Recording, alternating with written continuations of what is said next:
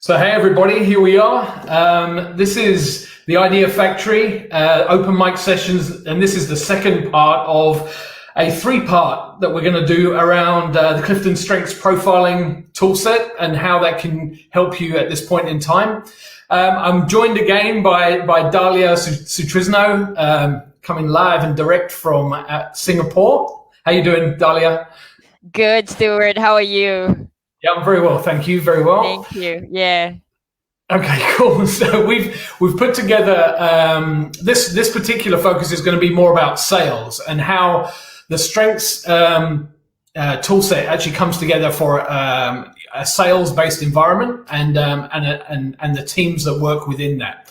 So what we've done is we've put together a little slide deck, which we'll now bring into this conversation. But what we'll do here is just talk to the fact of how you can utilize this to best advantage for your team. All right. So I think we'll start initially here to say that, to give this some context, the strengths tool set is very much like these building blocks. When you bring it all together, you get a very complete picture and you get a very complete outcome for not only the team, but also the customers that they're serving. So that knowledge and understanding of how the team dynamic fits together is important in all cases, but it really empowers everybody to understand how they work and how they fit together. I think you'd agree with that, right, Dahlia? Oh yes, absolutely. It's learning the dynamics myself, my strength, with my team as well as my clients. It takes the relationship to the next level. Oh, for sure. Yeah, not just like a client vendor, but more like my clients most of the time feel like, oh, you actually really know what we do. You actually really, they see how we can work together in partnership more than client vendor relationship, or client coach relationship. Yeah. Yeah, absolutely. I think the essence of all of this is really to give your team a competitive edge, and when they're working together in that kind of harmony, you're getting a really awesome outcome for everybody concerned, right? So yeah, most people want. Yeah, especially if you're trying to drive everyone towards the same vision, alignment becomes very, very, very easy, and the outcome is very powerful. People's contribution, your team's contribution becomes very, very powerful. Yeah, I think especially as we look today, we've got this, again, this opportunity to release people's superpowers and really bring them together. I'm really loving these graphics in respect to that. For me, it certainly feels like that. I think once you've got that mindset of understanding kind of who you are, what you do, and how you work, that becomes really evident. And I think you lead with it, and it shows up in all sorts of places where you come with a confident approach about what you can do. We talked a little bit about the wider scope of this. If you go to the next slide, I think we've got the outline of the actual domains and how they fit together. So I think you might want to just, if you can cover those off, because obviously you're the pro on this. Now, before I go to that, I want to add on the point. From our last conversation, I talked about why focus on strengths, right? So actually, when you learn your strengths, and just like, because I want to use this image that we have here, just like our muscles, you go to the gym, the more you train, the more you can flex your sexy muscle and show people. Strength is the same, the more you leverage, you learn more about your strengths, you learn about the blind spots of your strengths, you become more aware, and you learn how to sharpen and maximize your strengths. You do really become very powerful. Just how you get out of the gym after a month of training on your muscles. So it's the same. So I'll explain a little bit here about the Clifton Strengths for dominant domains. Here, the strengths domain. So we categorize the 34 talent themes into 4 different categories. So the executing, where if you are leading with a dominant domain of executing, you're really someone who is very action oriented. You're like the go-getter. You lead with action. And then if you are more dominant in the influencing category here, then you're someone who likes to take charge. You don't shy from speaking up and influencing people, really, with ideas or concepts. You have very strong communication, very competitive, very, influencing to me is like energy. Very strong command. Someone with strong command, you have you give out that energy to people, which is positive. Yeah. And then relationship building. So people who are dominant in the relationship building, they build relationships first. So if I versus influencing, someone very high influencing, you build relationship from influencing with your ideas. That's how you get people to come and buy into your idea and start having relationship, building the relationship with you.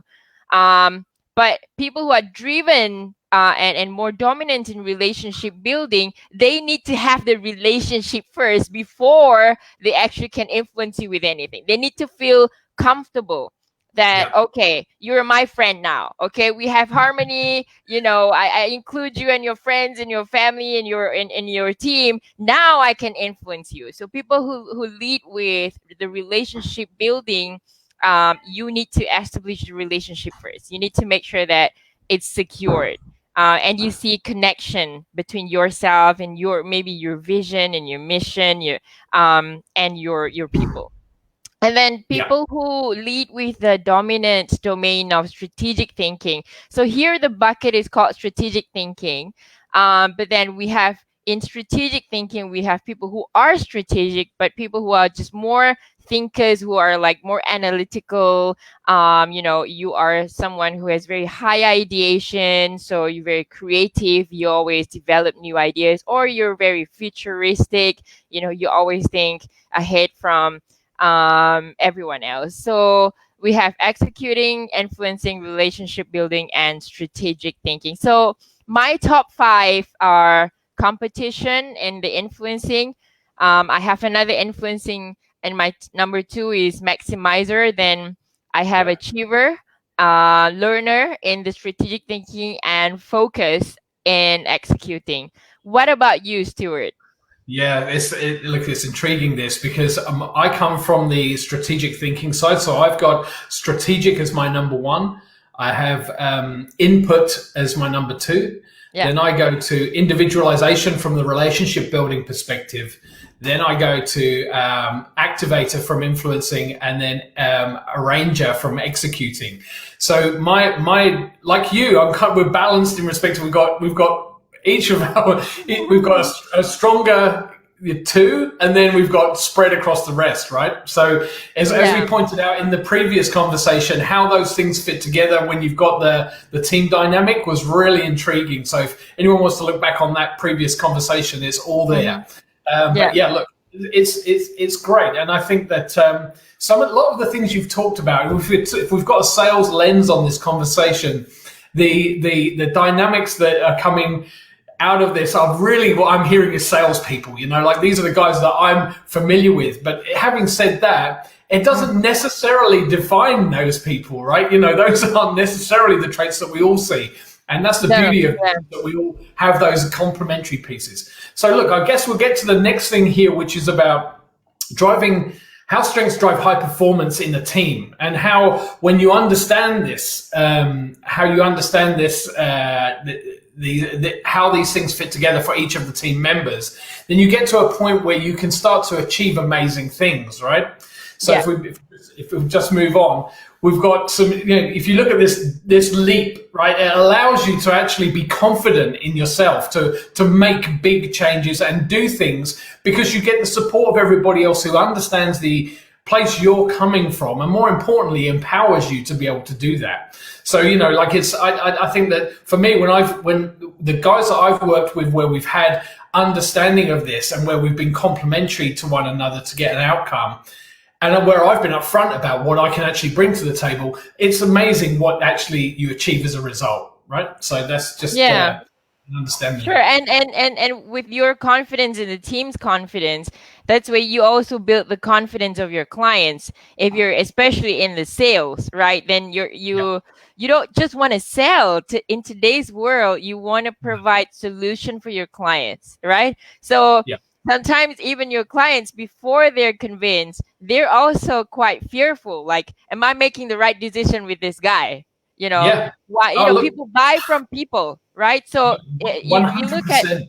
you look at this person in this picture. It's not just you, but also for the client, he's taking the leap as well. Like if I engage you, if I take your solution, am I gonna get from this end to the other end I want to go to with your solution? But that also needs me to make decision, right? So in decision making, I need confidence, and that's how you, as a salesperson, I really would say, you are my solution provider. I see you as a trusted advisor to tell me, yes, Dahlia, here's where I can get you better in your business or yourself. So it's two-way, right?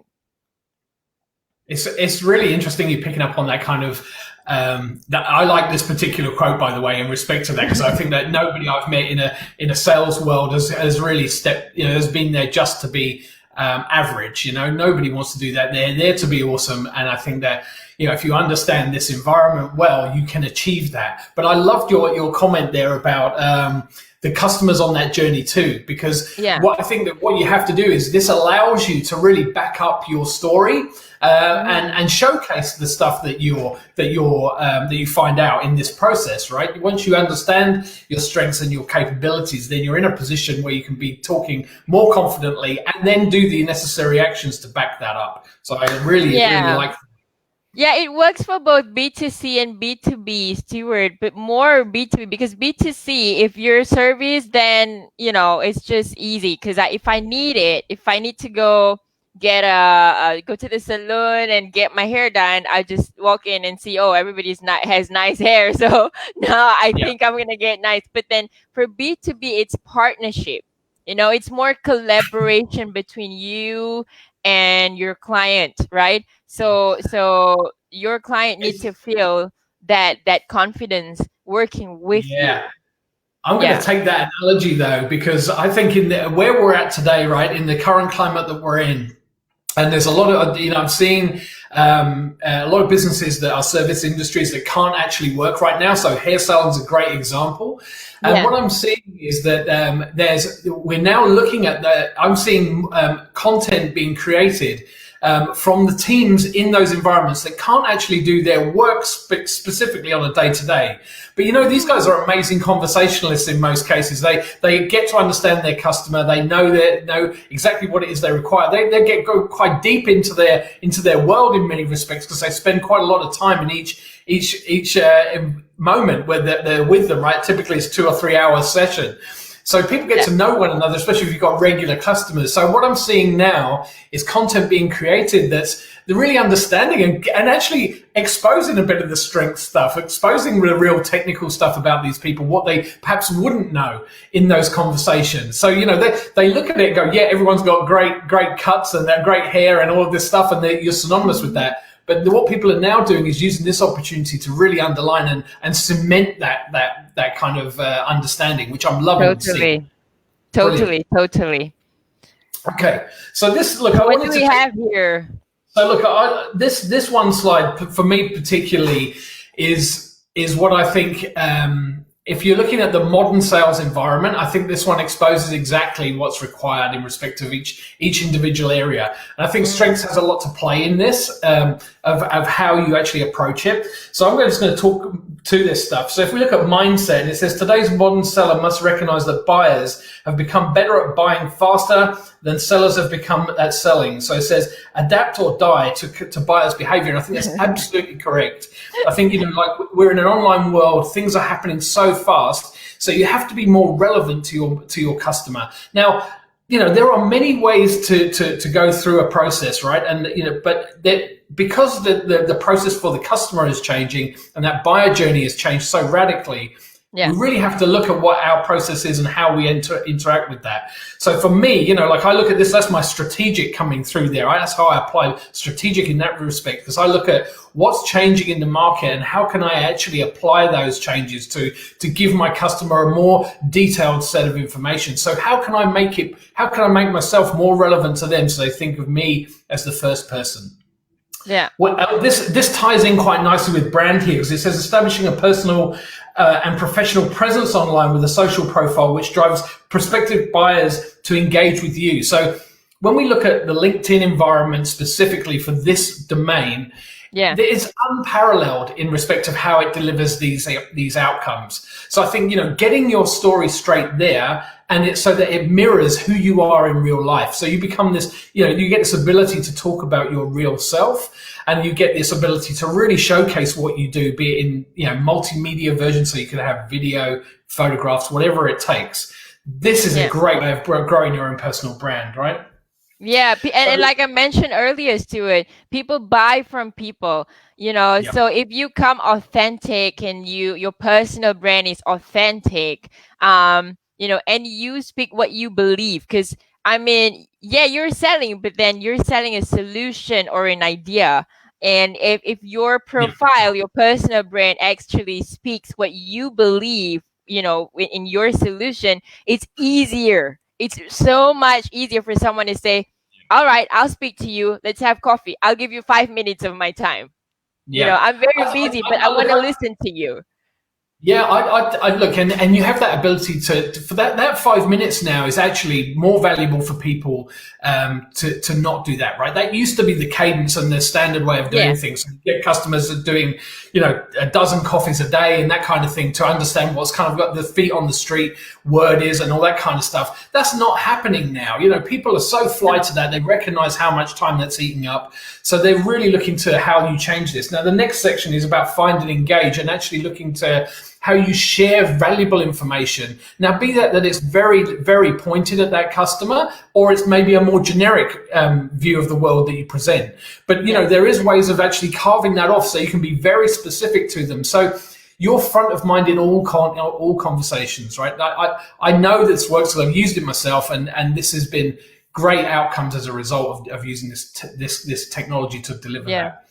The next thing here is connect and network with target buyers and run objective of turning every online conversation into an offline conversation. So really it's about, like getting and engaging via those channels, because I use text, I use social, direct message, any mechanism that allows a dialogue to happen, but it can happen so much quicker. I think videos, you create massive cut through with that. So again, it's about understanding what's right for your customer and what's going to appeal to them, and then using those methods to actually get your outcome, as opposed to simply relying on what may have worked 2-3 years ago. Because the positions are changing and the individuals coming into those roles are changing, but also the dynamic of a business is having to change on the fly, and no more so than now, right? So I think that if any time is right for this kind of modern selling kind of environment, now is it. Yeah, and if I can share, Stuart, this is my experience, because I really work so much in Indonesia. Now, understanding just Indonesian market right now is email has become obsolete. Like you would think it's not professional. Maybe in the past, before WhatsApp, you would think it's not professional to SMS someone and ask someone out for coffee, someone you want to try to sell to. But today, like in Indonesia especially, forget about email. Everybody's on WhatsApp, online, or even Instagram. You won't believe, like you would find like in my space, I work a lot with leaders and HR experts, right? And you can just find them on Instagram, and they really follow you in what you do on Instagram. So you definitely have to leverage the platforms to connect with people. I think that more than that, let's go even further than that and say TikTok as a platform for, like if I look at the influencers who are in the market and you look at the Gary V's or the Cohen Rays and the guys that, the Tony Robbins and these guys that have got access to information that's valuable. They want to be omnipresent, right? So they're working that. Now, it's not necessarily so TikTok is synonymous with dance routines and crazy kind of stunts and stuff like that. But there is an element of it that is being utilized quite heavily now for business and business growth. And I would absolutely say I've seen many, I'm connected to so many people who are in that space and have really, really clever strategic marketing plans, not only to grow their own brand, but also grow that for other people. So I think never not explore it. I think if we go back to that hairdressing analogy, I think anyone who's a hairdresser who's not using TikTok to do a before and after transformation reveal for what happens in every time they do a change for a customer, that's an opportunity potentially lost, because I think if you build a massive array of TikTok posts that showcase what you do, that would only bring more people to you, So of course, it's never not going to be of value. It's amazing how you get new clients coming through that way. So never underestimate the power of it. Let's go on here. So feed is the next one, which is about actually nurturing your network with regular content. Again, this for me plays to my strengths so much in respect of input and gathering information and bringing this stuff together. So that what I find is then I apply the individualization to it. And what I'm able to do is give relevant information direct at the heart of the person I want to communicate to. So from it's what you're doing right now, Stuart. Yeah, I just want to call this out. This is exactly what you're doing right now. You're strategic and your input. You're sharing all this information to people out there. This is exactly you using your strength. Yeah. I just need to call this out. Oh, well, that's cool. I'm glad you're calling now, because the interesting thing is that, it's in some ways doing these kind of conversations is taken me a while to get here, but I feel that this is something where I'm really going to get some focus now. So, it's just another string to the bow, right? But equally, this diagram I've had in my personal profile for a long time, and I felt that it's always added value. So I've shared it with lots of people, but even so, it's nice to talk through it. Of course, And the final one here is cadence, right? In respect of doing this regularly. So I think, the success of any kind of conversation that you have, or any kind of posting or social work at all, has to be a consistent message, and you have to have some kind of strategy that how you want to play it out. I think, I talk a bit more about this from time to time, but it's, once you get your direction sorted and your purpose sorted, then you can actually do this really successfully. So look, that's just 6 phases of transforming into a modern seller, and I think that those understood well will serve you well. Yeah, cool. Absolutely.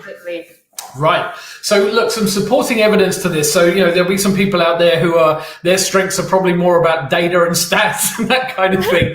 You've been inside Gallup. You know how this works for them. So I'm going to let you talk a little bit to this. So I'll add some bits here too, but I'll let you lead on. Yeah, so Gallup has done studies with organizations that Gallup works with companies, that want to go strengths-based. So Gallup helped companies to go with programs and consulting them around how do you build a strengths-based organization, how you go strengths-based. So, over about 50,000 business units, 1.2 million employees have done this, with 22 organizations across 7 industries, in 45 countries. What we found, the ROI of companies that try to go strengths-based, the ROI is that if we're talking about sales, then it increases sales to about 19% maximum, and you can go further. More than that, I've seen some companies really, really achieving after building a very high-performing strengths-based team. I have a company, actually my client, who's gone 50% growth on sales after 6 months of working on going strengths-based, and then that of course gives you profit, right? So you increase in profit. But I want to say, you can only perform and achieve this, like profit and sales, if you go strength based, and when you go strength based, you actually engage your employees. So Yeah. when you go strength based, your employees are empowered to play to their strengths, so they become more engaged, right? So they, because they become more engaged, that mirrors to their customer, right? Yeah. So if you're engaged in your job, you will engage your customers. If I'm not engaged, if I don't, if I don't greet you at McDonald's, you come and I don't greet you, or Starbucks. You know how Starbucks Yeah. actually, they do a good job. They make you feel so special, right? Yeah. Um, and so yeah, everybody loves to walk into Starbucks because hi, how you doing? And then they put your name on the cup. They put a special message, Yeah. especially if you are a regular customer. They put special messages for you because they learn to Yeah. get to know you, right? So Yeah. that's Yeah. customer engagement. But imagine if I'm not engaged, I won't be able to engage my customers. Then there will not be sales and profit. Yeah, I agree with that, and it's like there's for me like there's been a lot of talk about the actually personalization, understanding your customer, the experience being the big battleground where everything will be won, right? So actually Yeah. understanding that as technology took over and things went online, stores needed to think about actually how they engage with their customers. And when you're talking about food or businesses that are in that space, they absolutely need to do that. It's all about how that product makes you feel. Like it's Yeah. those things have to be part of the conversation, because nobody wants that production line anymore. They want to feel like you say, like they're special. And Experience. more importantly, they're building that relationship piece goes right through it, right? It's Yeah. interesting when you see these parallels, because if you kind of look at it day to day, we're looking for this stuff even as individuals. And if we're picking up on it, I love this stuff when I go when I go overseas or wherever. I looked at different experiences of how things are delivered, because those often win. When I've seen many companies that go overseas, pick up amazing ideas, come here and turn them into billion-dollar businesses. So it's crazy. So yeah, there's something to be said for that. Yeah. And of course, when you have, just to add on here, when you have engaged employees, because you let them play to their strengths, you develop and empower them, Yeah, you have less turnover, right? yeah, So you're right. your profit can only go up because Yeah, you have less turnover. People will perform and people are happy. And people are happy, your customers are happy. That you don't need to worry about losing your customers, you know, yeah. especially in Well, this very, very ever-changing world where people just get on board and then they churn. The buzzword is churn, churn, churn. How do you yeah. retain customers, especially if you're in tech industry, right? Churn. It goes back to how do you create that experience for the customers.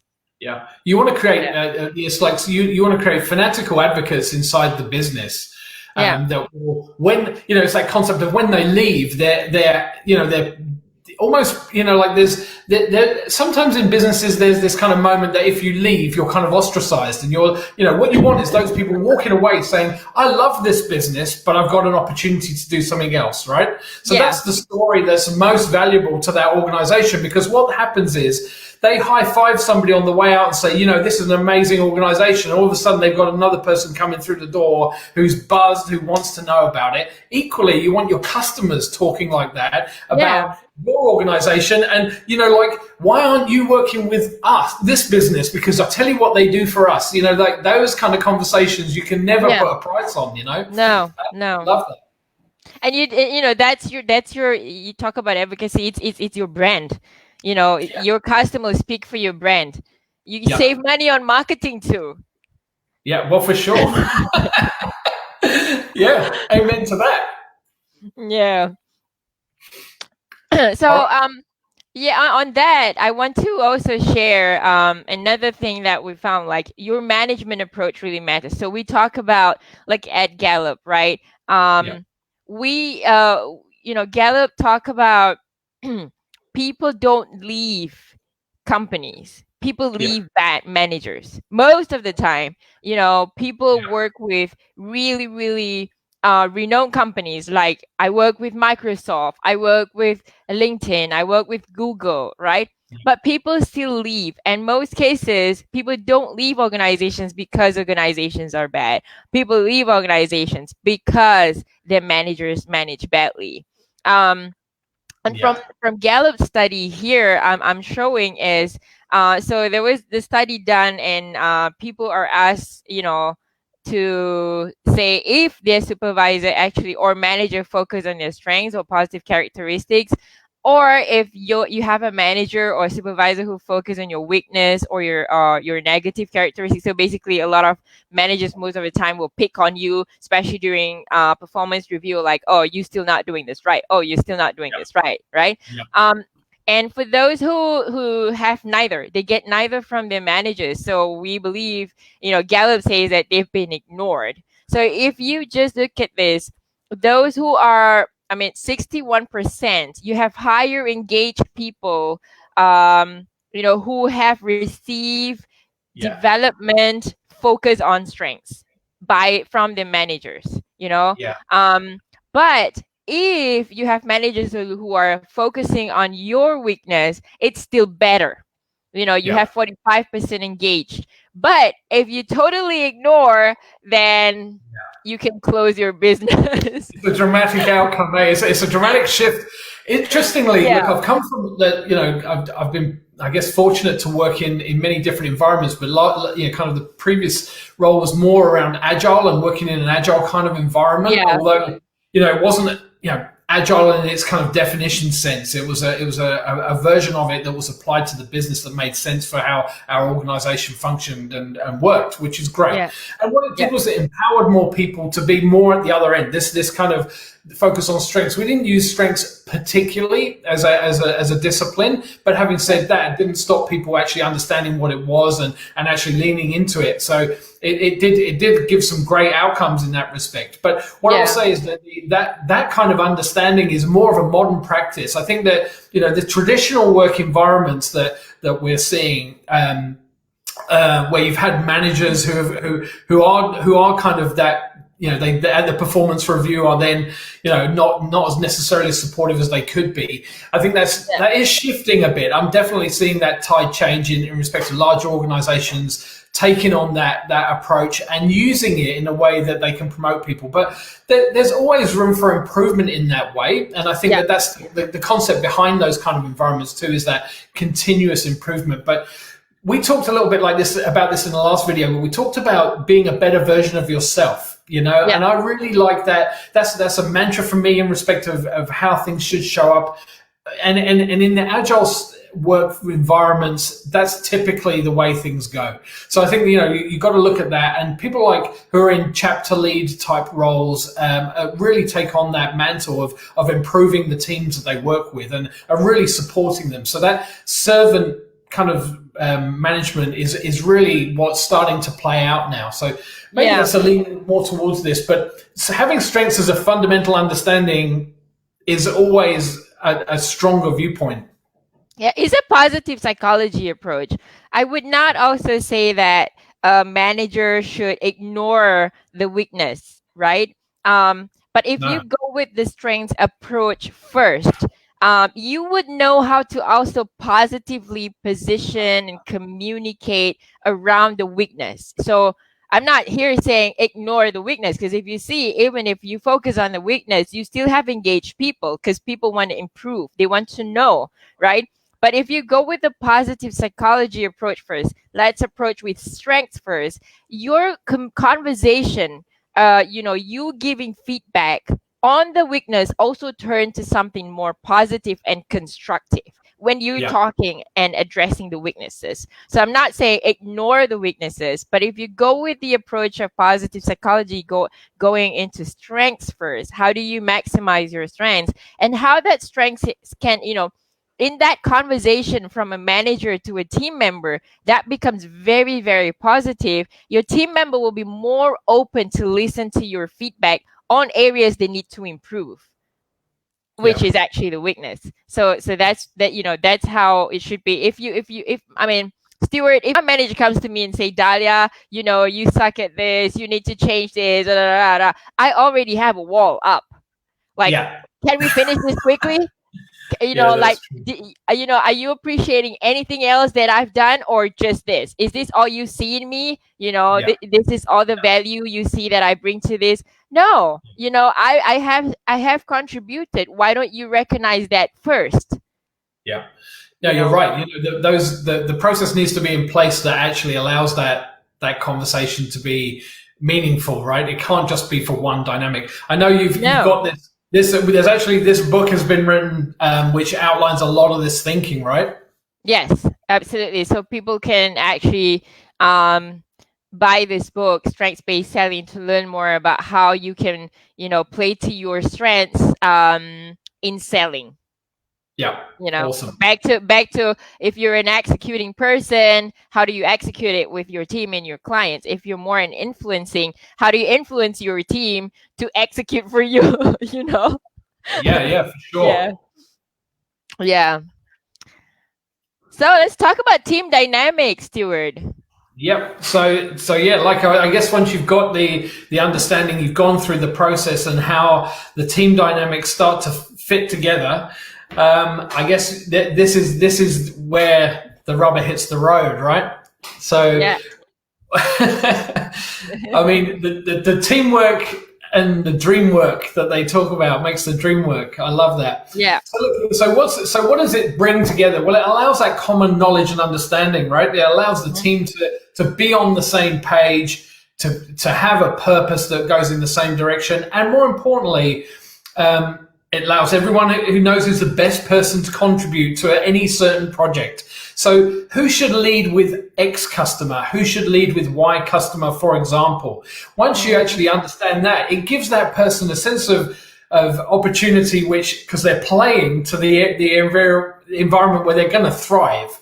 And I think that there's a lot to be said for that. Like if you're in a difficult position, it's not that you can't learn some of these skills. And I think that's important, but ultimately it's mindful of quicker and more genuine outcomes are driven by those that actually understand what they want to get in and do. So if you've got a customer who's highly analytical, and you gave this in the prior to discussion, we were talking a bit about this, but like if you've got someone who's highly analytical, put those two people together with a customer who appreciates that, and it really then they start having this common understanding and language. It's no good putting somebody who doesn't really get that with somebody who really wants it, and they're not selling the story correctly, because what you get when people are complementary is that such a freedom of conversation and depth of reveal and understanding that's really insightful for everybody concerned. Then that person can come back and talk to the team about how it's playing out, and and perhaps even take the next logical steps based upon that.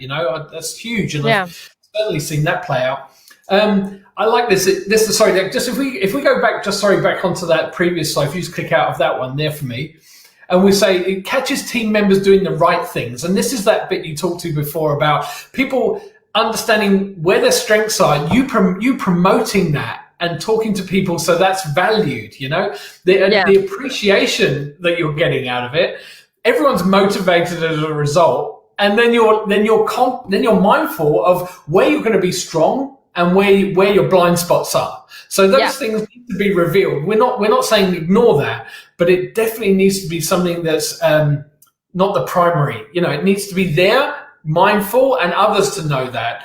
Yes. So like if I'm not an analytical person, but I'm amazing at building relationships and being upfront with somebody, then cut it accordingly. So we all work together. Yeah, absolutely.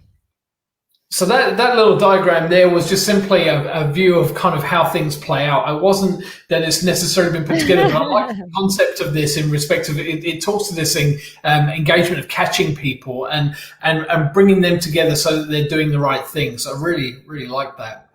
Yeah, I like it too. All right. Okay. So if you can click on this diagram, I think it might make it a bit bigger. I don't know. No, that stays as is, but that's fine. So This was part of your some work that you'd done, right, Dahlia? This is actually looking at a team dynamic and how when you've brought together the strengths environment, this is what it looks like when you've got a group of people together. Can you just give a little bit more insight on that? Yeah, okay. So for instance, this is a team of 14 people.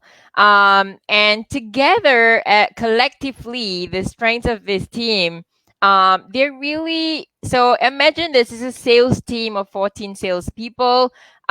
You can also think that some of them are the BDs, some doing the support in this team, Yeah. and some who are really going out Well, there, the hunters and the farmers yeah. in this team. It For sounds like an instance. agile work. It sounds like a squad in respect of how squads Yeah. A function sales in that squad. respect. Yeah, Yeah. a complete sales squad, right? And then you can see in this team, if you look here at the pie chart, this team is very strategic thinking and executing, right? Yeah. So what you get is they'll strategize, and if you see, for instance, individualization is you have a lot of people with high individualization, so personalization. It does not mean sometimes people tell me, Dahlia, but my product, my solution is just one. What are we Yeah. talking about customizing? It's about how do you customize your approach. Yeah. You can't change your product or solution, but how do you customize your approach to Yeah. your client to make them see that, yes, this is the solution for us, Yeah. and that, so this team has very high strategic and individualization. So what this team tends to do, is they'll study the client, and then they'll strategize and say, hey, for this client, they're this huge. This is what we can offer them. Let's package it this way. So sometimes it's just about how you package and how you communicate to the client. So this team Yeah. will do well in this because they strategize, and then they will execute. And if this team gets more aware that as a team we lack in relationship building and influencing, what does it mean? It means that you have great idea, right? You have great solution and product. You can strategize and you can execute, but sometimes maybe you're not able to influence your clients. So you will ask yourself, why is it this client is so difficult to influence? So maybe then you want to take a step back and say, oh, it's me, it's us. Or you want to say, so if you know this, then you say, oh, also our relationship building is pretty low. So how can we look at who in our team individually, because this is a collective team, right? How can we take a step back and look into the team and say who in this team is very strong is in influencing and in relationship building? So instead of me just sending Stuart to go meet the client,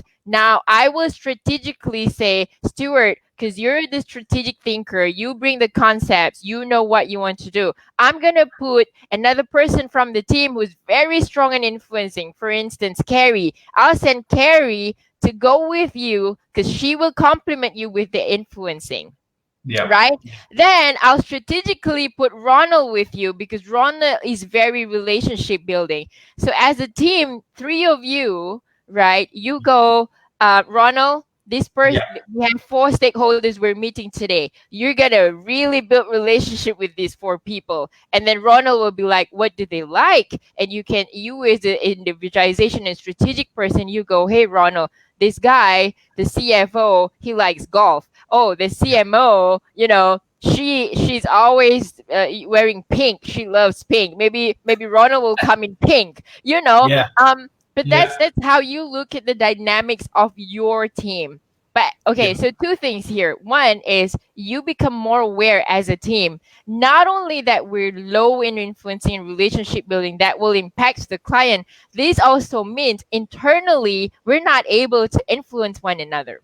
Internally, we think and we execute without including people because our in relationship building is quite low. So you want to see that we don't even include our own people. We don't even consider our own people. We need to build the relationship to make this team strong, and then we need to influence one another. So there's the awareness to ourselves, individual, to the team collectively, and then you can strategize an action plan. This is what I work with my clients mostly is how do you maximize as a team on your strengths? for instance, here is strategic thinking and you're executing, but then do not ignore your lesser dominant domains like the relationship building and influencing, right? So what is the action plan to make sure that our lack of relationship building and influencing will get in the way of our business, of us working together. So, Yeah. if you can see here, for instance, as a team, what do we bring? If we have people who are very strong in strategic, individualization, achiever, and then what does the team need? As a team with these dominant strengths, what do we need? And as a team, we are motivated by what? And the manager of this team, with this understanding, will help him or her to say, this is how I'm going to lead this team. This team needs this. I need to give this team this. This is what the team will bring for me. And how am I going to keep motivating them? So, Yeah. yeah, so this is one example of, how I work with my my clients' teams, to see themselves individually, how they work together collectively as a team, and action plan and strategize for for them to achieve whatever they want to achieve, their vision, their goal, Yeah. how they support one another in a team together, and especially for the manager. Yeah. What's really interesting for this as well is that, from a traditional structure, I would absolutely agree that we've said the manager gets that view. In kind of the agile world, then you've got what this allows is for all stakeholders, right? So what you'll typically have is you'll have the squad itself, which is kind of responsible to one another. They all lean on one another to get the job done for the customer in whatever way they're playing that, be it sales, be it service, whatever. But what you've then got is you'll have chapter leads who need a view of how this plays out, because they're a stakeholder in how that squad comes together and how the people that they manage as a chapter actually fit into this. And equally, if you've got leads who are like what was previously a sales manager's role, but if they're the leads in those groups, then they have this picture as well. And then the appropriate stakeholders from a leadership perspective can also view this to understand how things are coming together. So it's a powerful document in respect of cutting through all levels real quickly. It doesn't have. It has a one communication. I think it's powerful on one page for people to showcase who they are, what they do, how they function, and then how that shows up in all forms. It's great.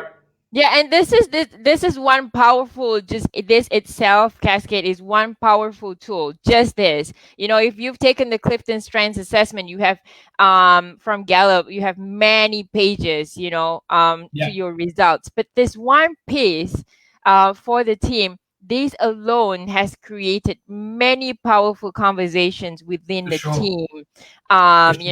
Especially with my clients, they would sit down and discuss, and there's a lot of like aha moments. The aha moments is the realization, oh, this is why we've gone through we keep going through these challenges.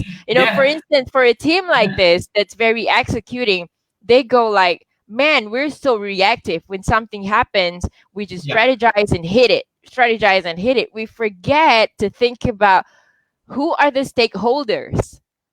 Because they're more executing, so they will strategize, but they forget to strategize around relationship, because naturally they're not so strong in relationship. So they'll strategize to execute, and then they go, oh, no wonder we've been very, very reactive. We thought our strategy is good, but why are we still not winning this? Because you didn't strategize for the people. Who are the stakeholders here? Who can we build stronger relationship with? Because they've not done that. So a lot of times, if you can look at just your challenges, and this is really, really what happens a lot of time with the teams that I train or coach, is that sometimes they blame everything else but themselves. So they go like, it's the organization not giving us enough this, it's the management team not giving us enough this and that and this and that, and oh, we're not getting this. It's always everything is blameworthy outside. But when they go into this, they go like, wow, there are things that we need to work on ourselves.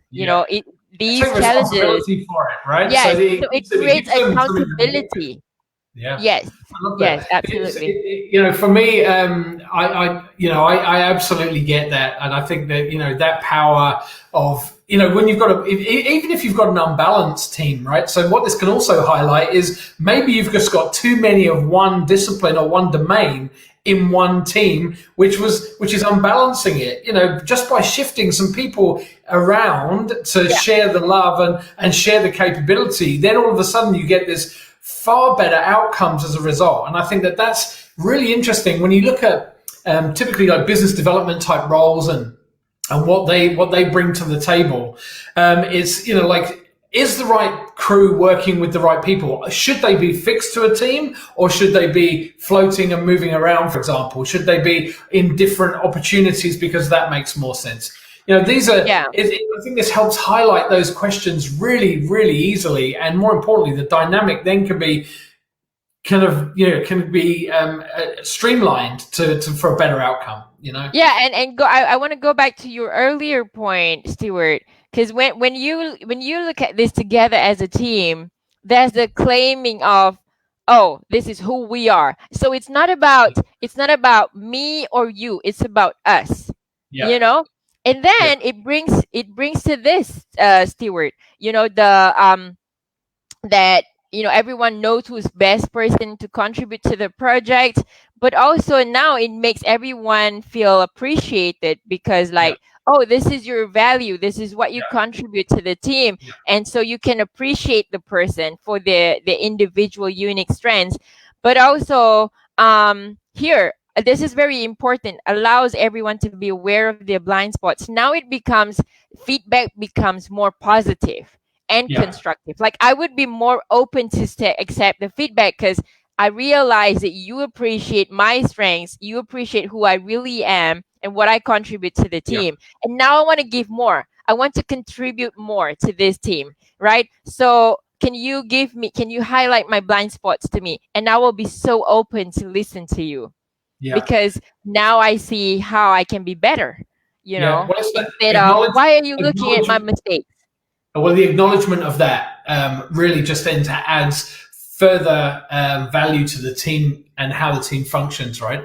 So again, Yeah. it's like this is about that. You've got to be open and equally, like you say, you've got to have a culture, which I think is our next point, a final point, in fact, about the culture and building that culture. Yeah. So if you want to do that, then there's got to be that leadership alignment that you mentioned. Having the people on board who actually value this, and actually understanding the leaders' strengths is really important too, to actually see how they fit together. Management alignment, now be that it's the team is responsible to themselves in that kind of agile work environment, or you've got a more traditional hierarchical structure that may need that. Communication's really important. So, like you're keeping your communication up, that you're regularly talking to one another about how this works, and it becomes something which is part of your everyday language. Yeah. Having a community inside the organization so that it is a regular occurrence and it is something that people fully understand so that they can really, talk about this with some kind of knowledge. It becomes a common language in the organization. For sure. I mean, it's, like this in the same way that, working in Agile does, that's got its own language. Each business has its own way of communicating, right? But this should be an undertone to that.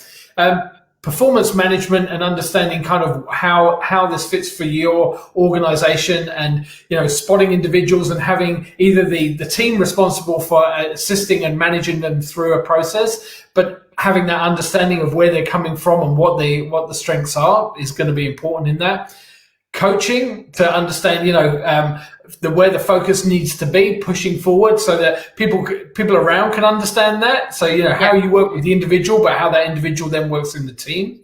Yeah. And then building the brand, of what strengths means to the organization and how that resonates with customers. Be proud of the fact that you use this kind of conversation to define who you are. And I think that those elements there are quite, when you bring those together are powerful in their own right. Yeah, absolutely. Cool. Well, look, so that's I think, been a really amazing conversation in respect of kind of covering a lot of ground there. Love it. I love it. I know we can talk, but so our final the part of this three-parter is about leadership. So I think what we'll do is we'll delve more into what it means from a leadership perspective, and that's not only from a manager role, but more your self-empowerment leadership in what you go do, how you work with your customers. So we'll put that together and come back with part 3. So in the meantime, I'll say thank you, Dahlia, again for your expertise. It's amazing. And we'll catch you guys again. Thanks very much. Thank you. Bye now. Bye.